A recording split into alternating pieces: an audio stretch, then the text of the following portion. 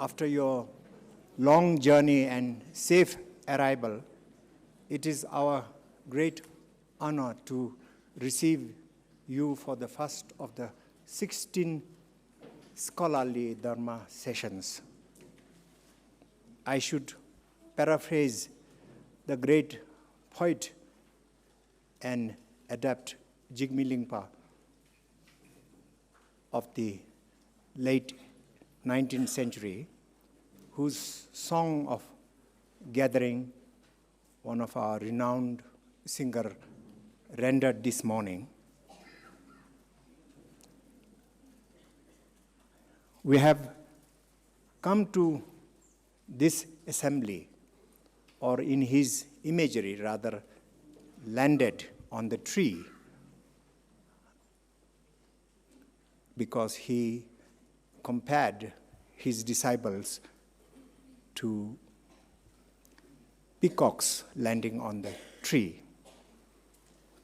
But a tree not that of wishful tree, but wish-fulfilling tree. And we have landed in this assembly, should I say, because of our correlated aspirations and karma, if we believe in that. It will be a very fruitful event where we find something, or in his phrase, where we can drink amrita, the nectar, that will ripen us and that will free us. In his poem on that gathering, of course in Tibet, but the object of his poem was a Bhutanese who became his chief disciple. In his poem on that gathering, Jigme Lingpa wrote about his meditative style,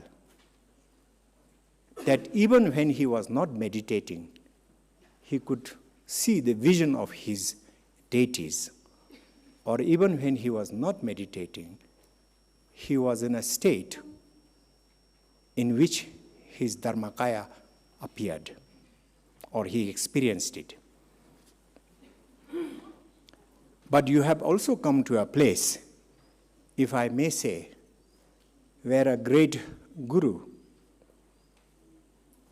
who is reincarnated dwells amongst us today, this morning. So I am very overwhelmed to acknowledge most respectfully and most reverently the presence of His Eminence, Vairotsana Rinpoche, into our midst.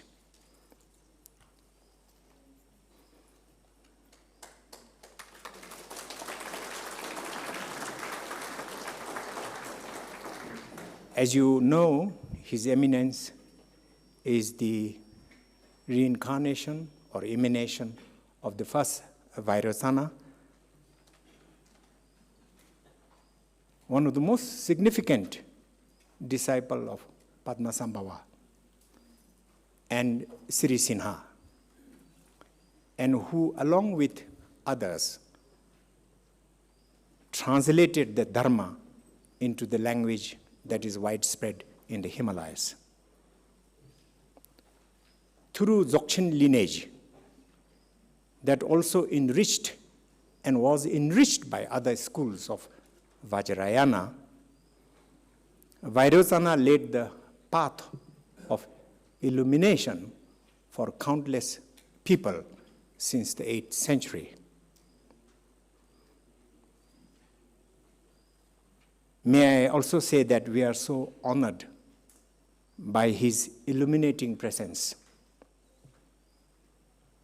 because His Eminence is today in this assembly, which might be about 500 people, the youngest at 11.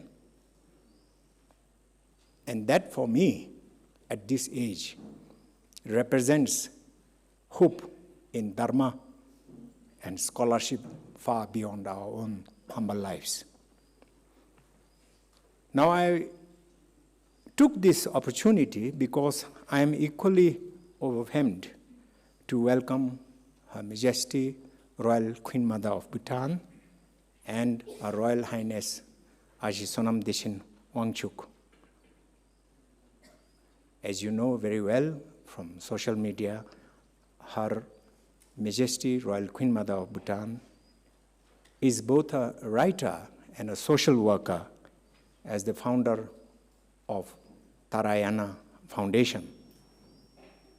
And you also know that Her Royal Highness is a postgraduate of Harvard Law School and leads the Bhutan Law Institute here. It is truly an honor for the conference to have their gracious presence, which is in many ways unprecedented because royal families usually do not come to academic conferences. But it is a measure of how much the world has changed. At the same time, both Her Majesty Royal Queen Mother and Her Royal Highness have dedicated their lives to working with the marginal communities through Tarayana Foundation, which was established in 2003. And through their services, they have transformed numerous villages, providing housing, piped drinking water, education scholarships, healthcare, microfinance, and promoting, which I greatly admire, rural crafts that help village economies. I hope you will find time to visit the Folk Heritage Museum across the river, which was founded by Her Majesty, and that shows examples of traditional crafts and artisanal products that are being regenerated through her great effort. I also like to take this moment to recommend to you Her Majesty's 3 books that blend a memoir and history of rainbows and clouds, Treasures of the Thunder Dragon, and Dochula, a spiritual abbot. As a writer, Her Majesty the Queen Mother has elevated Bhutan's writers and poets through the creation of the yearly mountain echoes for global literary exchanges. So I'm truly honored, and I would like to pay our revered respect to Your Majesty, Your Royal Highness, and Your Eminence for your very gracious presence amongst us that makes this gathering quite special. I'm also honored, really, now, finally, coming to my real role as the introducer to the speaker or the chairperson who will introduce all of the speakers. I'm very honored to introduce Professor Geoffrey Samuel.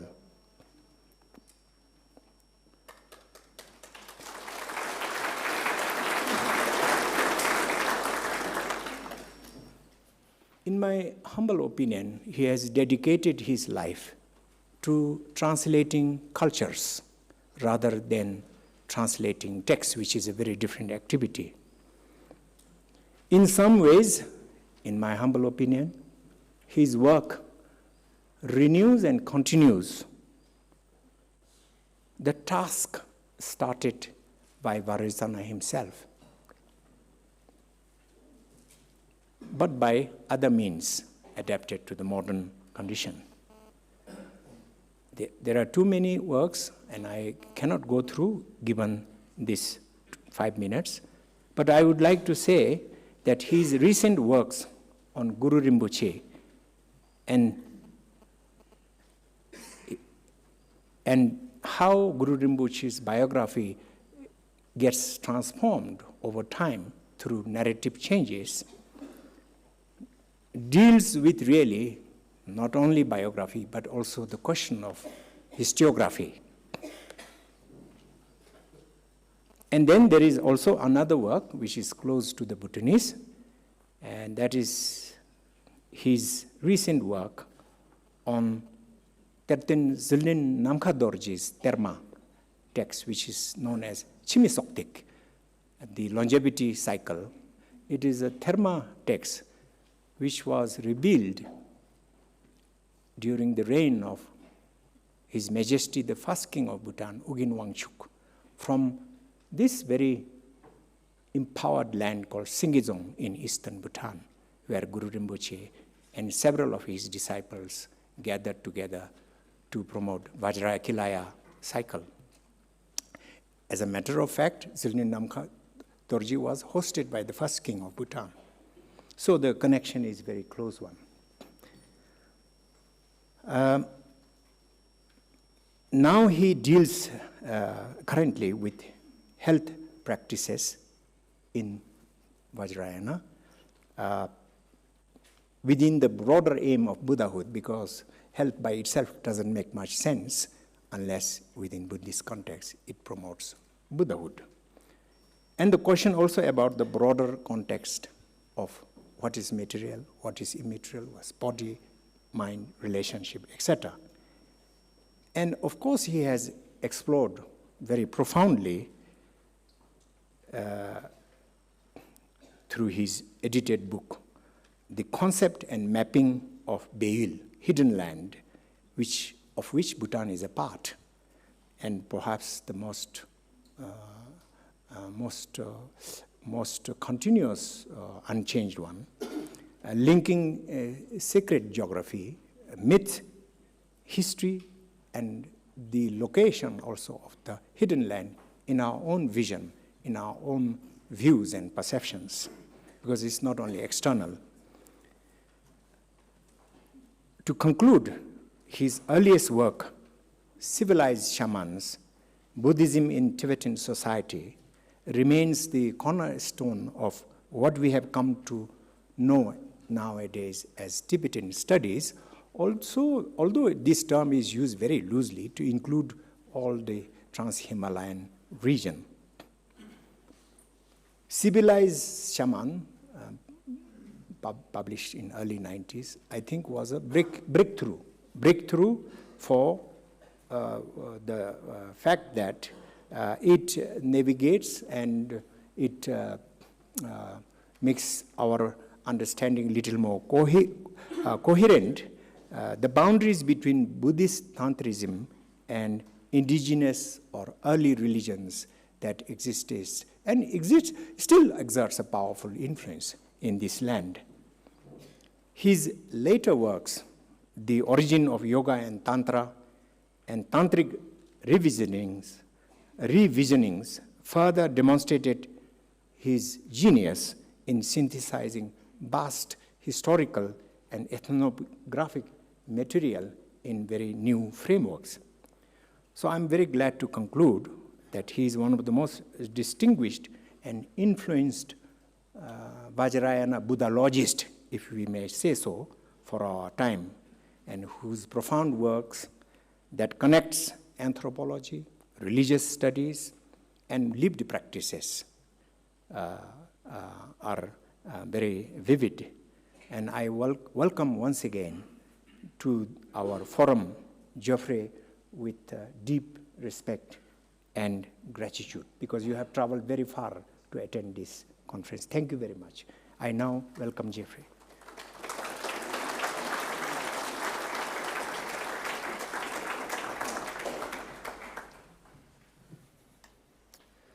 Well, I'm very grateful to my old friend Dasho Kamura for that very impressive introduction. I'm not sure I entirely deserve all of the praise that he heaped on me, but anyway, here I am. I'd also very much want to recognize and acknowledge the presence of His Eminence Varatana Rinpoche and Her Majesty the Queen Mother and Her Royal Highness Sonaditcha Mongchuk. And the many very distinguished teachers, scholars, and other people who are here with us today. This is an incredible assembly. We already had a foretaste of this with the Dorje Lapun's very impressive introduction and summary of many of the key points of the Buddhist teachings earlier this morning. I'd actually also been thinking of the Jigme Lingpa song that we heard, which is one that I got to know a few years ago, and its reference to the power of bringing together an assembly of people who have a common purpose, such as this one.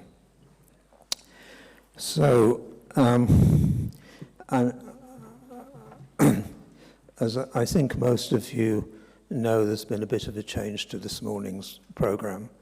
In particular, Tanya Singer, who is going to be speaking immediately after me, isn't able to be here. I gather she may be here later in the week. Of the people on the amended program, Christopher Sen is also not speaking. So this morning's session actually has 3 speakers after me. That's Francis Tisa, Ellie Yellens, and Nadav Amir. 2 of whom are people who are already. Francis in particular is an old friend who I've known for many years, and I think could be given a very impressive introduction at least the length that Dasho gave me. Many of you will already know of his work, both as a Tibetanist scholar, beginning with a doctorate on Milarepa, and work on the early Milarepa tradition, and his subsequent work on the Jalu, the rainbow body, which is most probably his best-known recent work. People are probably familiar with him, with his work on Christian-Buddhist dialogue, because he is, of course, a Catholic priest as well as a Tibetanist scholar, and somebody who has done a great deal, I think, to help people on both sides of that particular interfaith relationship to understand more about each other. And he's also very much a spiritual teacher and an accomplished poet and writer in his own right. So that's Francis, who is our first speaker today after me. Both he and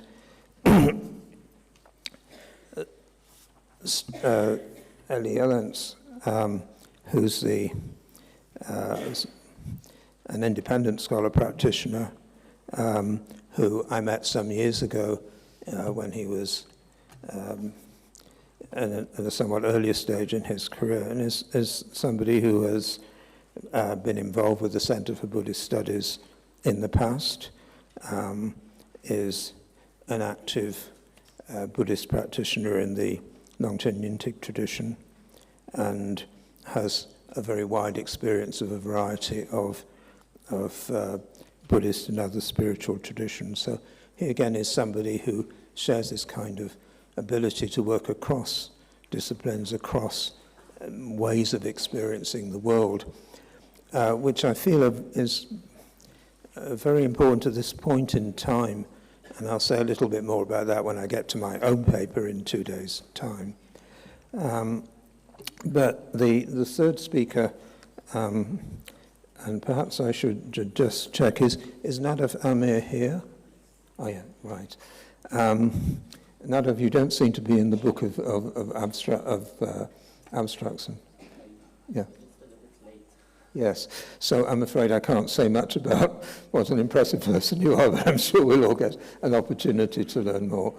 And the general theme of this morning's session, though, is worth commenting on a little bit. As you know, it's entitled Buddha Meets Algorithm, Two Truths, AI, and the Future of Emptiness. And my initial thinking was, looking at this is a rather interesting place to start a conference. Thinking about it more, I think it's actually a very good place because it throws us right into the middle of the contemporary world. And the encounter with AI, with artificial intelligence, is clearly something that's going to have an enormous impact on our world. It's already beginning to do that. Whether we like it or not, the Buddhist tradition, the Vajrayana, is now operating within that environment, and more is going to have to operate within that environment. So I think the ability to come to terms with that, to discover what this new presence within the world of knowledge, whether it's the world of intelligence or sentience, I don't really want to say as yet. I don't think I'm competent to judge, and I don't think we've quite got to that point anyway. This is where we are, this is what we have to deal with, and I think the ability to see what positive potential might be in this development is also really important. It's rather easy to see AI as a threat, as something that adds to the general confusion of samsara, that helps to make us even less clear what's going on around us and what reality might be. What reality might be, of course, has always been something of a Buddhist issue anyway. So I think to contemplate this relationship with things that are happening on the frontiers of science and on the frontiers of our society is really important for an occasion like this. And I think there's quite a bit more of this later in the program that engages in various ways with the realities of our world. Because if the Vajrayana has a real potential to continue to transform, enlighten, awaken in the future, it has to do so, it will have to do so in relation to a changed world of changed people who have grown up in something that is quite unfamiliar even to people like me who grew up in the 1940s and 50s, you know.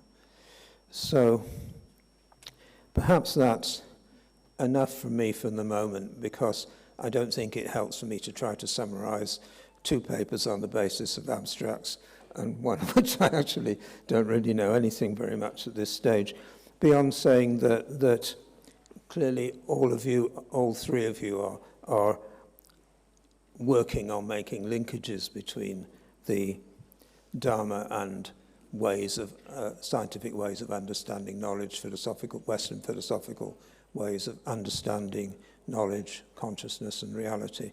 And that's a really important project at this point in time. So, again, welcome from me to the first session of this conference, the first academic session of this conference, and perhaps I can call on the first of our speakers to come forward and present his work. Francis.